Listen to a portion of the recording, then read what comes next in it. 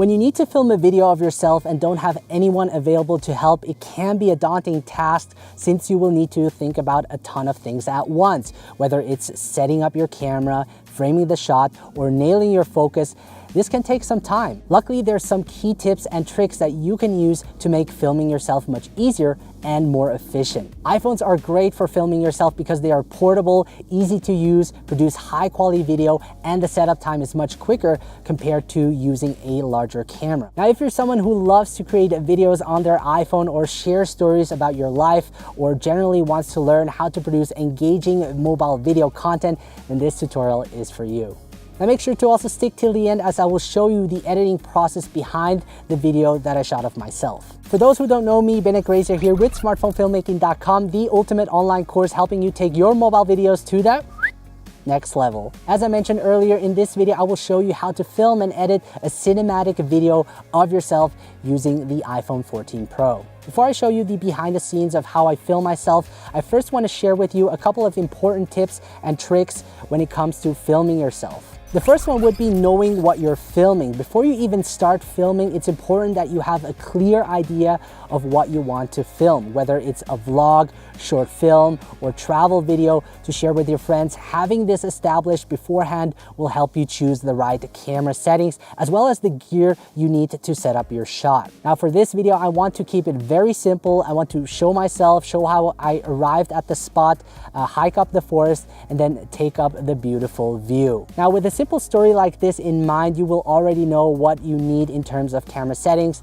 and gear. So next is the camera settings. Now that I know what I will be filming, I will be shooting my videos mostly in 4K 25 frames per second. 4K is the highest resolution the iPhone 14 Pro currently offers and allows me to crop the video in the edit. This is important because this will give me the flexibility to reframe my shot in case my composition is slightly off. Because I don't plan on slowing down the footage, I choose 25 frames per second. In case I do want to create slow motion effect, I can always change the frame rate to 60 frames per second. I choose mostly 60 frames per second when I film my surroundings to use as B-roll. Next is to understand your limitations. It's important to note that filming yourself comes with limitations. You are the only person who is responsible for getting the shot right. There is nobody who can take a few seconds to focus the shot and ensure you're framed up properly.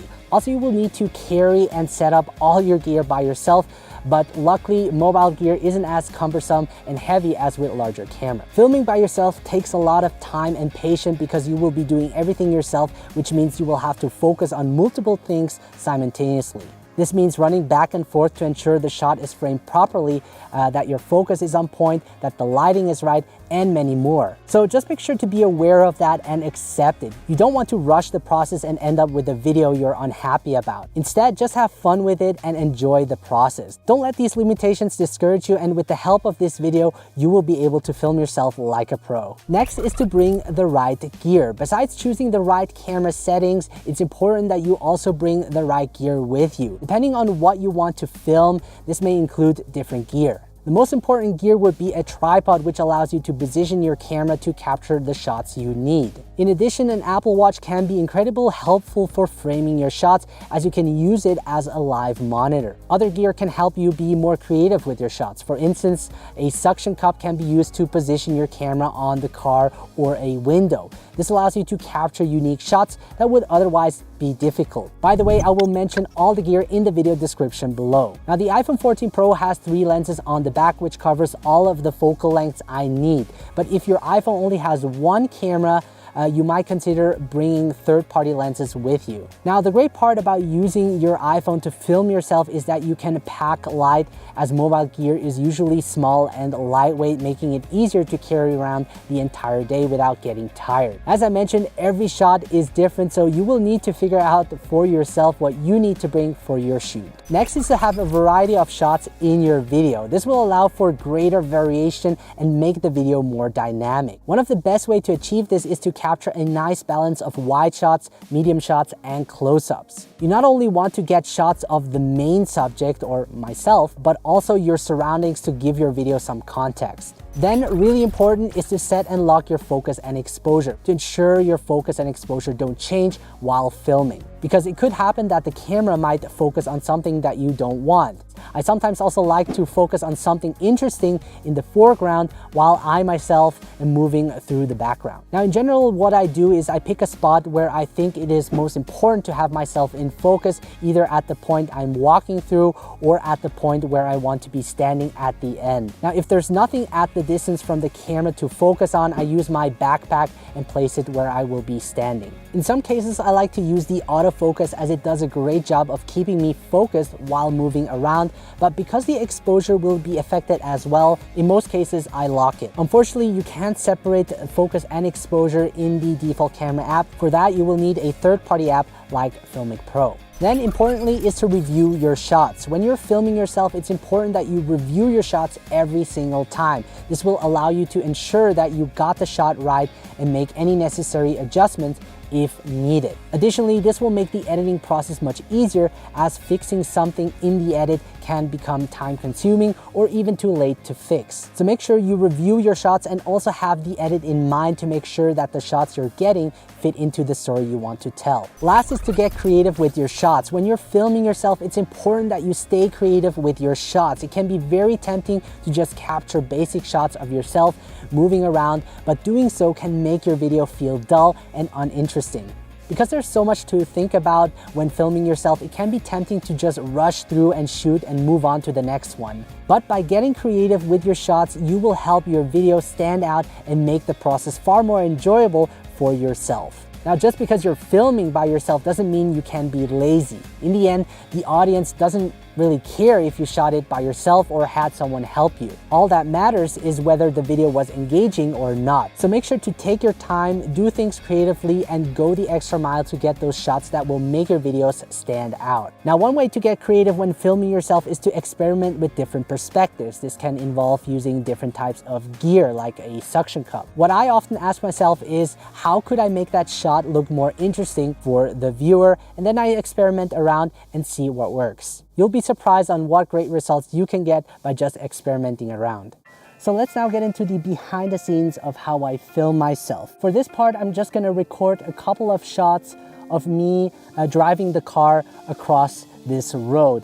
And I place my camera low to the ground. I'll be recording in 4K 25 frames per second. I actually want to use the ultra wide angle lens to have more in the frame. You'll see that I also have the mountains in the background, and I want to set and lock focus on the plant. This will look really nice as the car will be passing by the camera. So after that, I'm gonna start recording, and let's see how it will look like.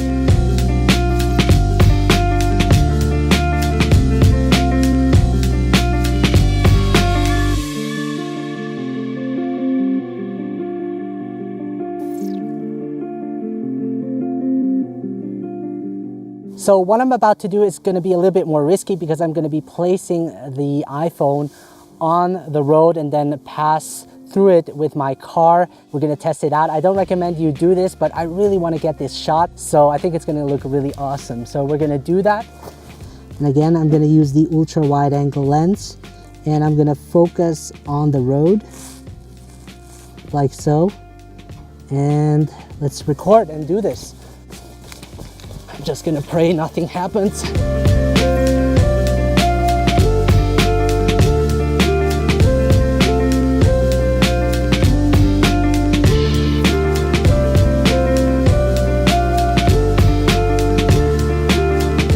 All right, I think the shot came out pretty good.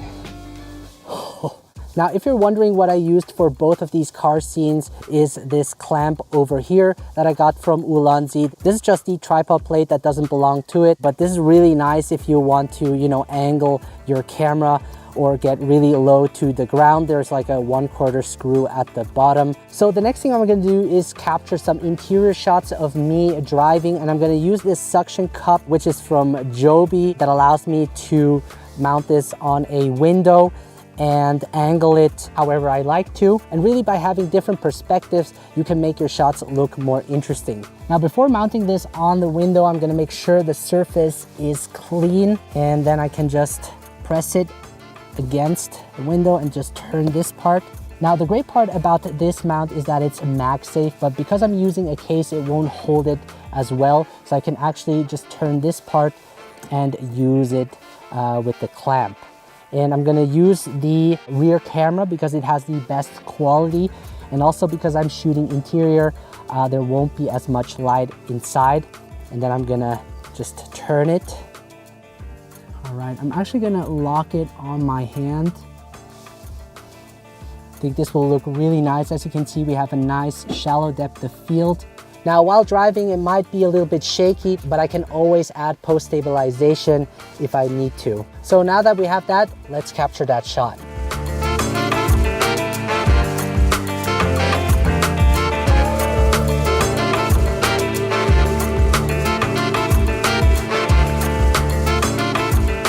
For the next shot, I'm gonna use the suction cup to film the exterior of the car. And I'm gonna set the focus on the wheel. This way it will be locked and no changes will happen. And the suction cup is really strong. Just make sure to clean the surface, as you can see over here, so that it doesn't fall off. And I usually wait 2-3 minutes. And if the suction cup still holds, you're good to go. So let's try that out. And I really hope that everything goes well.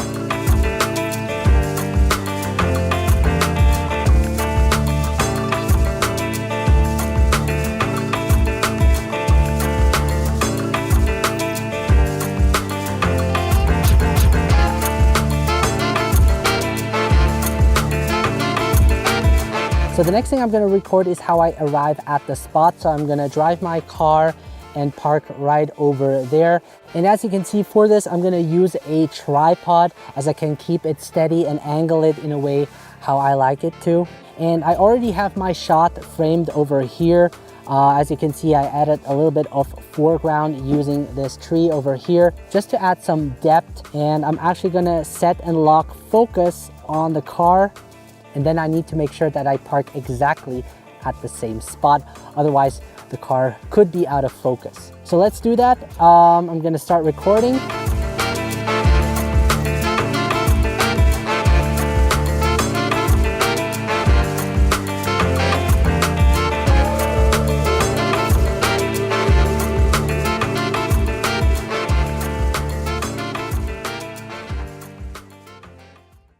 So the next thing I'm gonna do is record myself how I get out of the car, and I want to have a close-up of my feet while doing that. So I already framed the shot using my Apple Watch, and I'm now gonna also set and lock focus right about here. This is where I will be standing.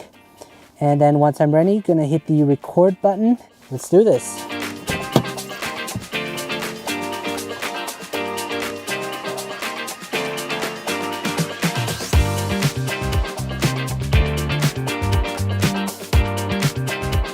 So I'm now gonna create a POV shot using the GorillaPod by Joby. And the way I'm gonna do this is I'm gonna strap this around my neck like so.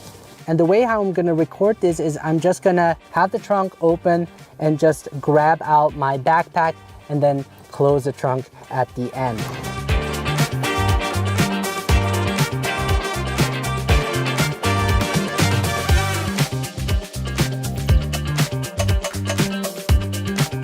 Now another perspective I want to capture is from the inside of the trunk. So I placed my camera using the GorillaPod, and I used my Apple Watch to also frame the shot. And I think this should look really nice. So I'm gonna press the record button. I'm gonna close the trunk and let's go.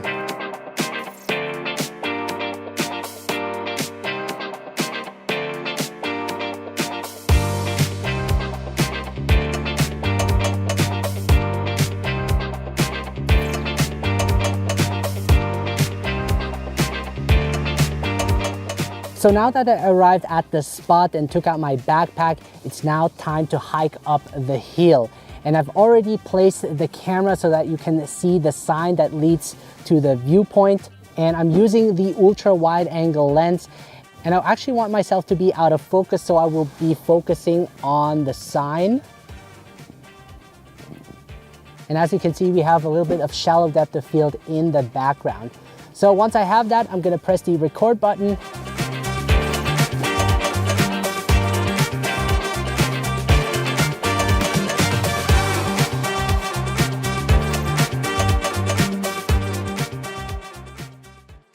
So the next shot will be me walking along this path. I'm gonna have a shot from behind. I have some foreground over here, as you can see, and I'm actually gonna set and lock it to this spot over here, keeping me out of focus. And I think this is also an interesting shot to create. So let's test that out. I'm gonna start recording and action.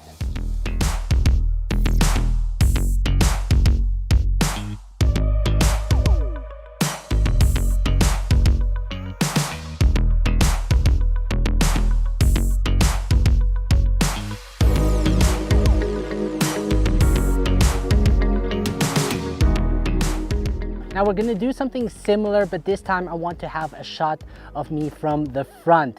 So I already placed my phone and I'm using the telephoto for this one. And I also placed my camera bag over there so that I can set my focus and exposure on my bag. I'm gonna start recording.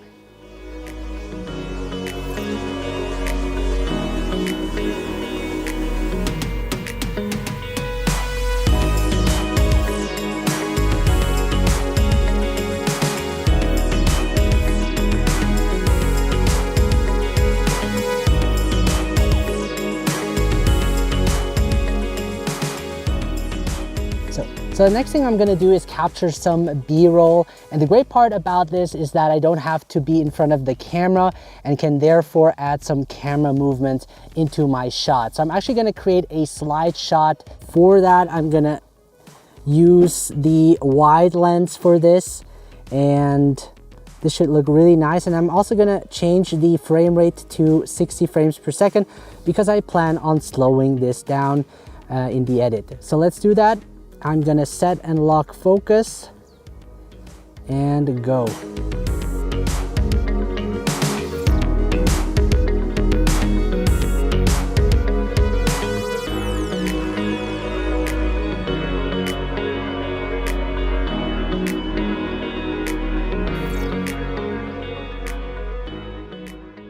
Now for the second last shot, I'm gonna use the telephoto lens to have a close-up of my face. And I'm gonna walk into the frame and then gaze at the beautiful view. And by having a close-up of my face, the viewers can connect more emotionally. And this way I also have a variety of shots because the last one will be an ultra wide angle shot. Again, I already framed my shot using the Apple Watch. I'm actually gonna leave the focus on auto. This way it can focus on my face when I get into the frame. Okay, and then I'm gonna stand around here. This should be good. So I'm gonna take one step back and action.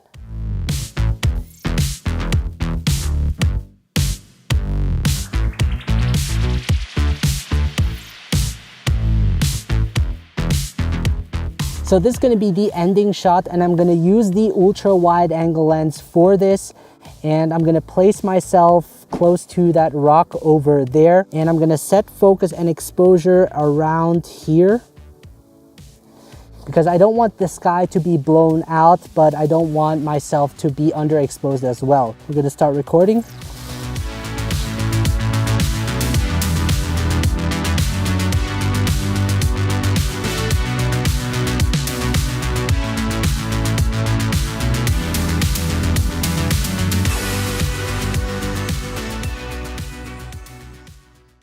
So we're now back at home, and I'm now gonna show you how I edit those clips together. And I'm gonna use Final Cut Pro for that, since that is my main editing software. But you can also use an editing app like LumaFusion or InShot if you prefer to edit on your phone, but I prefer editing on a desktop or laptop since I'm much quicker. And also Final Cut Pro gives me more advanced editing options. Now I actually already edited the video, and I'm gonna play it back for you with the timeline so that you can see how it would look like.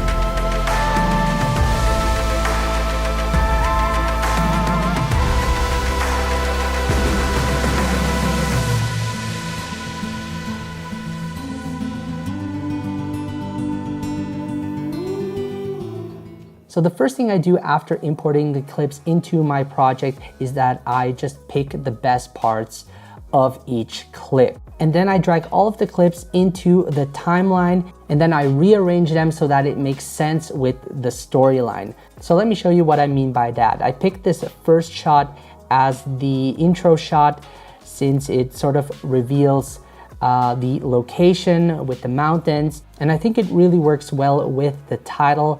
And for the second shot, I picked more of a close-up of me steering the wheel inside the car. And for the third shot, I picked this wide shot of me driving over the camera. Then you can also see sort of a medium shot just of the wheel. So again, we have a lot of different perspective, which makes it also interesting to watch.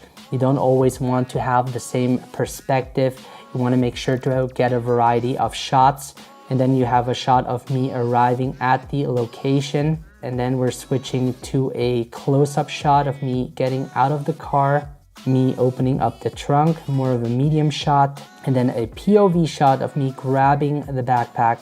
And then I picked the same shot again, just me closing the trunk.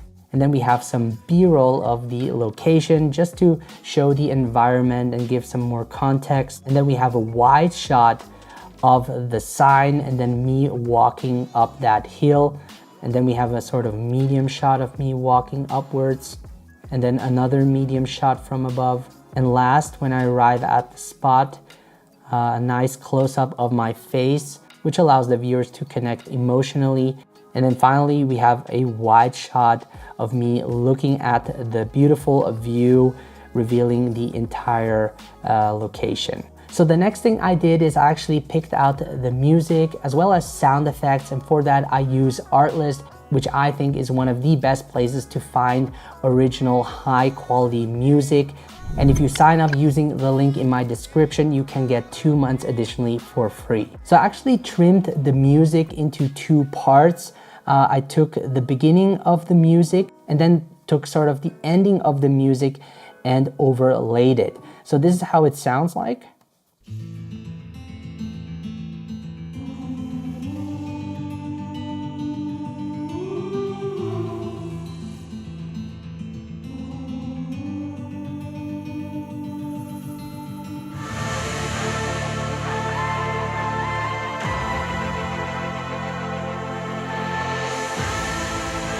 Now, as you can listen, the transition between those 2 music clips isn't that smooth, but I fixed that using sound effects. And sound effects is really important to add into your video to make your videos come more alive.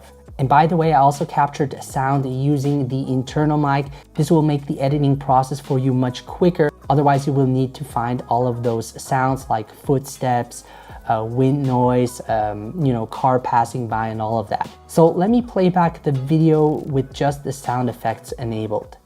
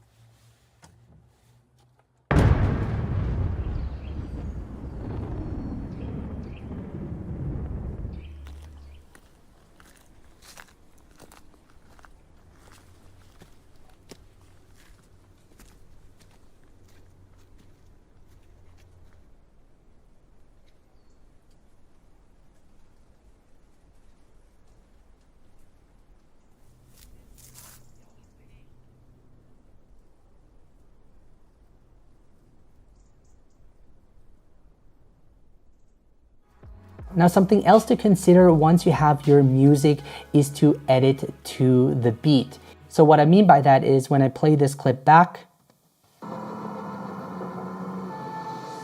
there's a cut over there.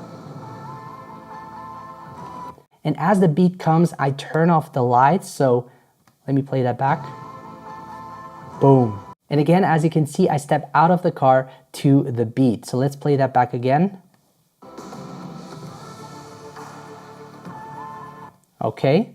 And sometimes you can also edit offbeat to also make it more interesting for the viewer. So for example, over here,